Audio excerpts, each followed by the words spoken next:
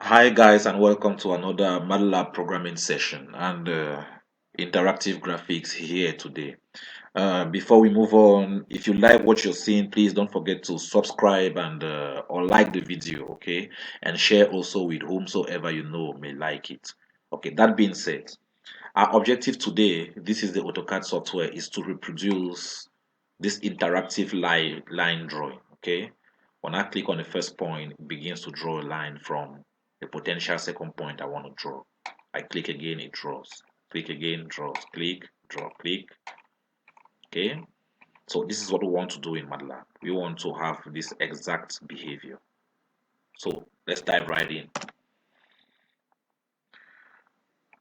Okay, so for that, we'll just go ahead and open the editor where we'll do all the work.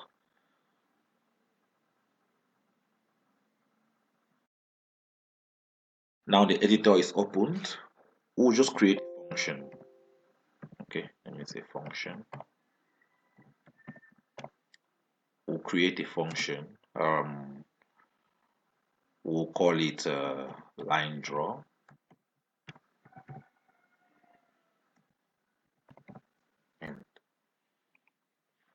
And within the function, I want to create a figure.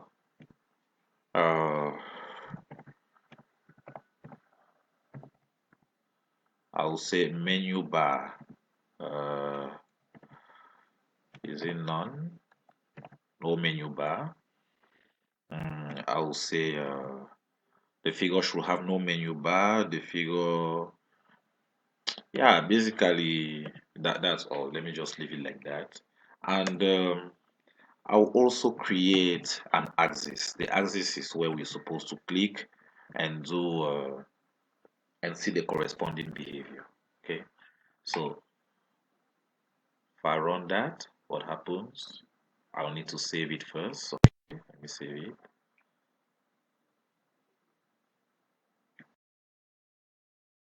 it. Right there. Great. So we have our figure, we have our axis. This is where we're supposed to click and a line begins to get drawn. We click again, we click again, we click. So how do we do that? Well, we must first of all make sure that our click is identifiable. So we will use the button down function property of this axis to give it that functionality. Okay, so we'll ascribe a function to the button down function of the axis, button down function, the axis, and let's just call the function function handle click ax, just to say we've clicked on the axis. Okay, good. um Now we need to go and say what happens. Okay, so we'll create a nested function here to define that particular behavior. And we'll need the source, yes, and but we will not need the event, right? Where is that? Okay, we will not need the event. And good. So what happens when we click on the axis? We want to know the point where we are clicked. We want to collect the point where we are clicked because it is from that point that we'll start drawing the second line, right? So what we are simply going to do is to create a variable CP that will contain the coordinates of that point, right? So CP will be get source, and the source here, SRC, is the object whose is the handle of the object whose callback is executing, right? So we'll just say get source current point, right? We'll say get GCA current point, you'll still be the same thing, right? So, but get source current point, you give us the coordinates of the point where we've clicked, but you give us x front, y front, z front, then x back, y back. So it will be a 2 by 3 matrix, right? If what I'm saying is so abstract, you should look at the description below. There are links to help documentation that will help you to understand all of these things detailedly. Okay, so CP would be equal to CP of 1 comma 1 is to 2. Why? Because we just need the x and y coordinates of the point where we have clicked. Okay, so that is how we get that. So if we try to remove this and just to see that it works, what do we get? So now if I run that and I go to my command window to see the results as I'm clicking, we can close this is obsolete. When I click, that's the coordinate of the point where I've just clicked. I click coordinate of that point. Okay, click, let me say 0 0.1, 0 0.1, something like that. Good. I'll have 0 0.1, 0 0.1, something like that. Okay, good. So now I have the coordinates of the first point where I've clicked. What am I supposed to do with that first point? I'm supposed to start drawing a line from that first point, right? So what I will do about that is simply to say line of, so for line we need the x coordinates of the 2 points first, right? So we'll just maintain the same coordinate CP1 for a line has 2 points. Okay, here we need to put this very point where we have clicked as the coordinates of the 2 points of the line, because we are not yet drawing the line when we have clicked. Okay, we just want that point to be there and we want an initial line to be drawn. So we'll just say CP of 1 and here CP of 1. Okay, comma, I'll have CP of 2 and CP of 2.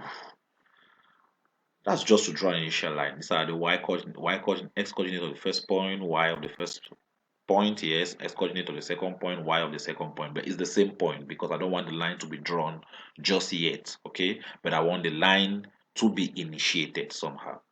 Good. That being said, what do I need from this line? Nothing, right? Nothing. So when we click this line right here is created. But then um now we need to make sure that as we move the mouse, okay, as we move the mouse, the line is also being drawn, right?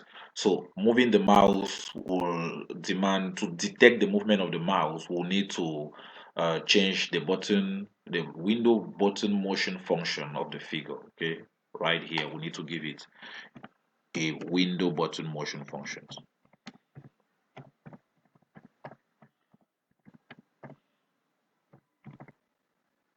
We need to change that callback, okay? Or we need to give a functionality to that callback. Window button motion function, and it will be, let's say, WBMF, window button motion function, okay? So now we need to create that function right here. So for the function, will I need the handle of the figure? I don't think so, right? I won't need the handle of the figure and I won't need the event. There's no key I'm pressing or anything of the sort. Good. So the window button motion function is supposed to start executing when I've clicked, after I've clicked the first time, not before that, right? So I'll create a global variable out here which will have access, which will be accessible by all the nested functions. I'll call it count, okay? And I'll say is equal to, 1. Count here, no, rather initially it should be equal to 0 because count is supposed to reflect the clicks, okay, the number of clicks that we have. So the moment we have clicked once, count should move to 1, for example. So at this level here, since we have clicked, okay, at the end of it, let count be equal to 1. Okay, so count becomes blue to show that this one is the same variable right here. And then here, this function should only start executing if count, okay, because we'll have to draw this line several times, and the moment we have clicked once, it draws a series of lines. It draws it, so we have to say when count is greater than 1. Okay, count has to be greater than 0, sorry, not 1, greater than 0. Okay, so if count is greater than 0, that's the only case where the Windows button motion function should begin doing some things. And what should it do exactly? The very first thing is that we want to collect the point where we are. Okay, we want to collect the point where we are. No matter the point where we are, we want to collect it. So again, we will need CP. We will need CPS. Obviously, the CP here is local, the CP here is local. So these are not the two, these are not two same variables. Okay, they don't have the same value. So CP here will be equals to get, it will be basically the same command, right? So no need to stress. It will be that. Okay. And yes, the source here will not be source. So here we can use GCE to say get current axis. You get the handle of the axis on which we are working, which is the current axis. Okay, so having that, this is the coordinate of the second point at any given time. Okay, so what do we need to do? This line, we need to have access to this line at this level here. So I'll create a variable lane outside.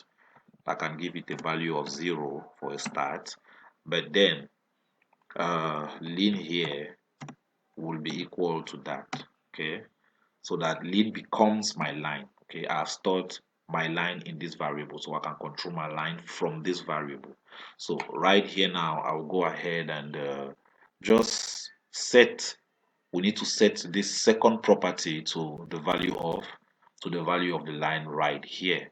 Okay, so I'll first of all say x is equal to, I have to get the previous data that was stored in the x data of the line.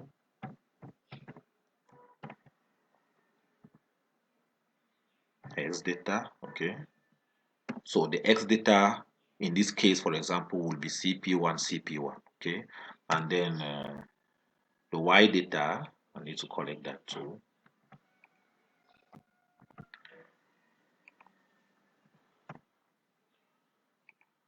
The y data will be coordinates of the first point, or the y coordinate of the first point, y coordinate of the second point, and that is what will give us that. So we want to maintain, okay. So we want to actually change. We want to change the x and y data of this lane uh,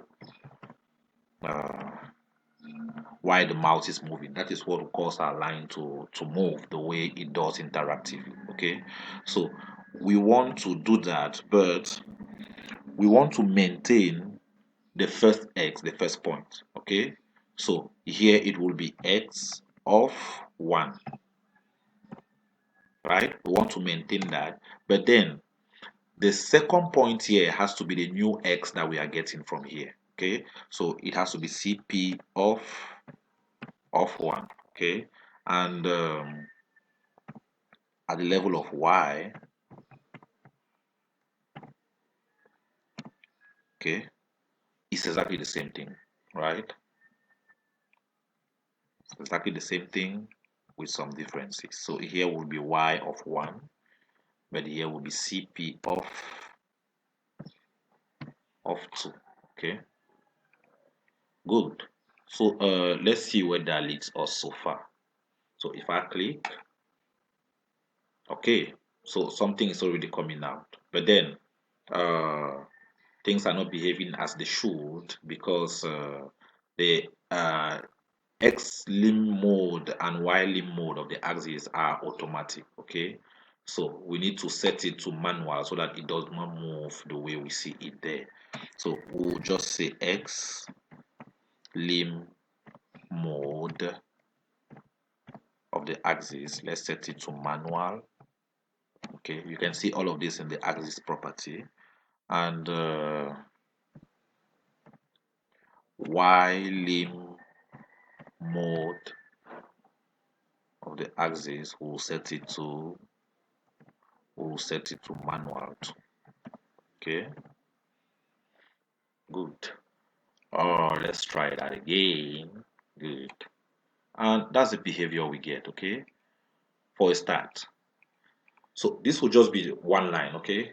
But for now, this is all that works, and we want that when we click, okay, it should draw this line and then move to the next and draw the other one, and okay, just the way it behaves in AutoCAD. So what do we do? How do we go about doing that? Okay, so we need to be able to detect, because now it will be several lines. Several lines implies that this lane will be a vector, okay? It will no longer be just a zero. So I'll just initiate it to an empty vector, okay? And here, I will not say lane is equals to that. Okay, here is where we create a new line. The moment we click a point, a new line is being created, right? It is when we click a point that it ends the previous line. So here I'll say line of end plus one, okay, to say the next line. Okay, so end here indexes the last position, and plus one simply means add another item after the last position. Okay, so line of end plus one should be equals to, okay, that. You should create that new line, and then count should always count the number of times we've clicked. Okay, so it means that count should be equal to count plus one. Okay, so that we have, when we click once, it will be equals to 1. When we click 2, it goes up to 2, and then 3, and so on and so forth. Now, if count is greater than or equals to 0, then we are good. CP will be equals to get GCA that CP will be equals to this. But then at this level, we need to identify what is the line that we are dealing with right now. Which line is it that we are dealing with? Well, we are dealing with the line that we've just created, okay, that we've just created, and the line that we've just created just coincidentally happens to be on the same line or position with the count number. So when we click the first time, we are dealing with the first line. When we click the second time, we are dealing with the second line. When we click the third time, we are dealing with the third line, right? So it will simply be line of count, the line that we are interested in. Okay, line of count will always be the line that we are interested in.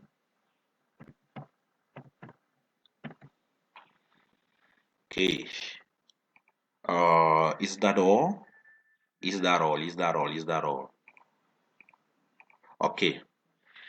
So let's go ahead and run that. If we run, okay. So this doesn't work. Why? Because when we click, it's clicking on the line. Okay, it's not clicking on the axis. So we need to set the heat test property.